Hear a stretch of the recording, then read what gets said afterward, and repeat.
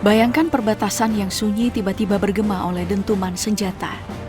Asap membumbung, dan dua negara bersaudara kini saling menembak. Hubungan antara Taliban Afghanistan dan Pakistan kembali memanas.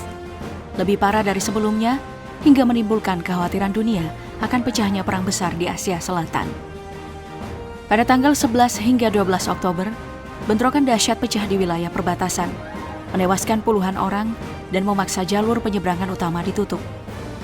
Pertempuran itu terjadi hanya beberapa hari setelah Pakistan melancarkan serangan drone ke Kabul dan serangan udara ke wilayah timur Afghanistan. Langkah yang belum pernah terjadi sebelumnya dan dianggap provokasi paling berani terhadap pemerintahan Taliban. Kini, pertanyaannya bukan lagi apakah ketegangan ini akan berlanjut, melainkan kapan perang berikutnya akan pecah.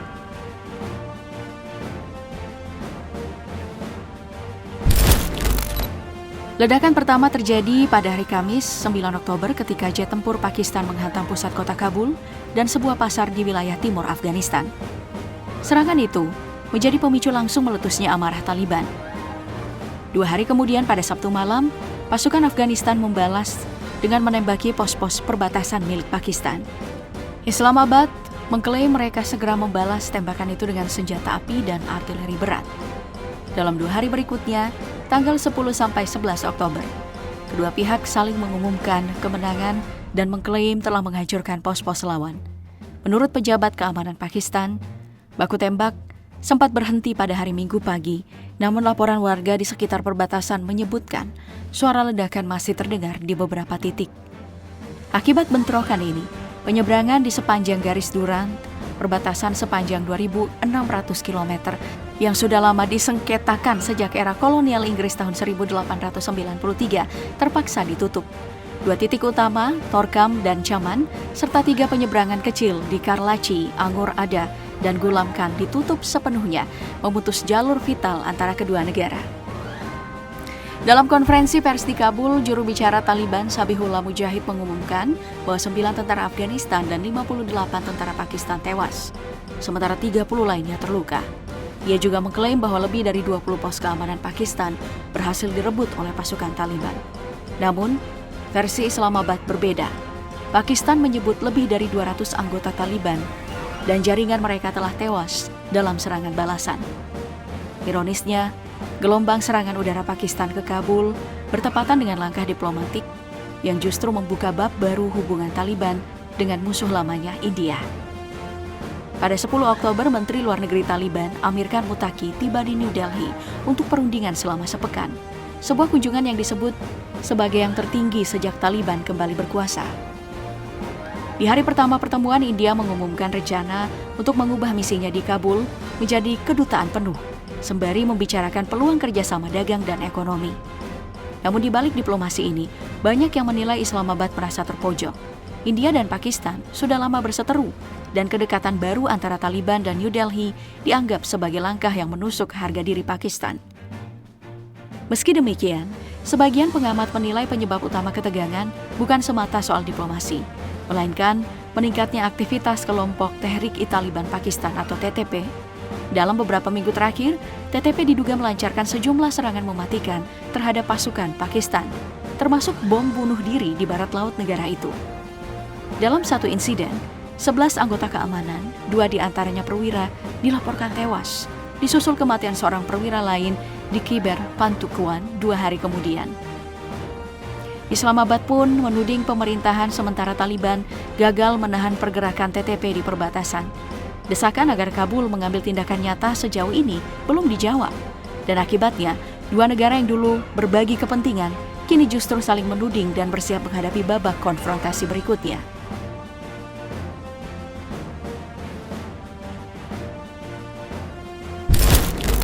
Sejak 2021, bentrokan antara pasukan Taliban dan militer Pakistan kerap meletus di sepanjang garis perbatasan sepanjang 2.600 km. Pertikaian yang awalnya sporadis itu seringkali menimbulkan korban jiwa di kedua sisi dan semakin memperburuk hubungan yang sudah rapuh. Padahal, keduanya dulu pernah berada di kubu yang sama. Pakistan sempat menjadi salah satu negara paling aktif mendorong pengakuan internasional bagi pemerintahan Taliban.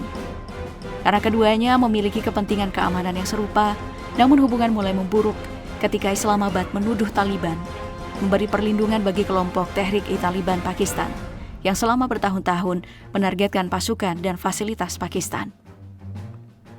Data dari Center for Research and Security Studies atau CRSS menunjukkan 2.412 orang tewas hanya dalam 3 kuartal pertama tahun ini. Lembaga yang berbasis di Islamabad itu bahkan memperingatkan bahwa jika tren serangan berlangsung, 2025 bisa menjadi tahun paling mematikan bagi Pakistan. Tahun sebelumnya saja sudah mencatat lebih dari 2.500 korban jiwa. Lonjakan kekerasan mulai terlihat pasca penggulingan mantan Perdana Menteri Imran Khan pada awal April 2022. Pemerintahannya sempat mencoba melibatkan Taliban dalam perundingan untuk mendorong gencatan senjata dengan TTP. Namun setelah hubungan politik merenggang, Islamabad meningkatkan serangan udara ke wilayah Afghanistan dengan dalih menargetkan persembunyian militan.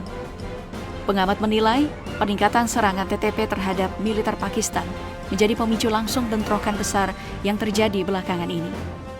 Hubungan kedua negara juga kian memburuk setelah keputusan Pakistan mendeportasi puluhan ribu pengungsi Afghanistan dari sekitar 3 juta yang selama ini berlindung di wilayahnya akibat konflik berkepanjangan.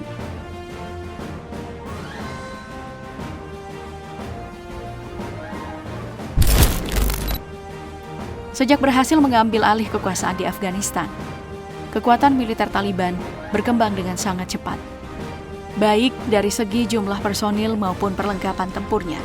Berdasarkan tahun 2021, total pasukan keamanan nasional Afghanistan terdiri atas tentara, pasukan khusus, angkatan udara, polisi, dan intelijen, mencapai lebih dari 307.000 personil dengan sekitar 180.000 diantaranya merupakan pasukan tempur aktif.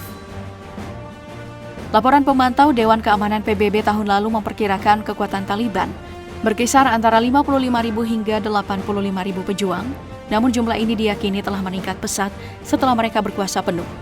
Kini, kekuatan militer Afghanistan di bawah kendali Taliban diperkirakan mencapai 200.000 tentara aktif dan dapat berkembang hingga 260.000 dalam beberapa tahun mendatang. Dari sisi persenjataan, Taliban memanfaatkan situasi dengan sangat cerdik. Setelah pasukan Amerika Serikat menarik diri, mereka mengambil alih ribuan unit senjata dan kendaraan militer yang sebelumnya dibiayai oleh Washington. Selama 2 dekade intervensi, Amerika Serikat telah menggelontorkan puluhan miliar dolar untuk memperlengkapi militer Afghanistan dengan peralatan modern, dan hampir seluruhnya kini berada di tangan Taliban. Dulu, pasukan nasional Afghanistan memiliki keunggulan teknologi atas Taliban dengan perlengkapan canggih seperti senjata buatan barat, kacamata penglihatan malam, kendaraan lapis baja, artileri, hingga drone pengintai. Kini, peralatan-peralatan tersebut menjadi aset baru bagi Taliban yang sebelumnya hanya mengandalkan senjata ringan seperti AK-47 buatan Soviet, senapan mesin, granat berpeluncur roket, mortir, serta beberapa senjata anti pesawat dan anti-tank. Rampasan perang dari pasukan Amerika mencakup berbagai alat utama sistem senjata atau alutsista penting, pesawat serang A-29 Super Tucano, helikopter MD-530, pesawat angkut C-130 Hercules, serta berbagai kendaraan taktis dan senjata standar militer seperti M16. Kini senjata-senjata itu tidak hanya menjadi simbol kemenangan Taliban atau kekuatan Barat, tetapi juga menjadi tulang punggung kekuatan militer baru Afghanistan. Pasukan yang dibentuk dari sisa-sisa peralatan yang dulu disiapkan untuk melawan mereka.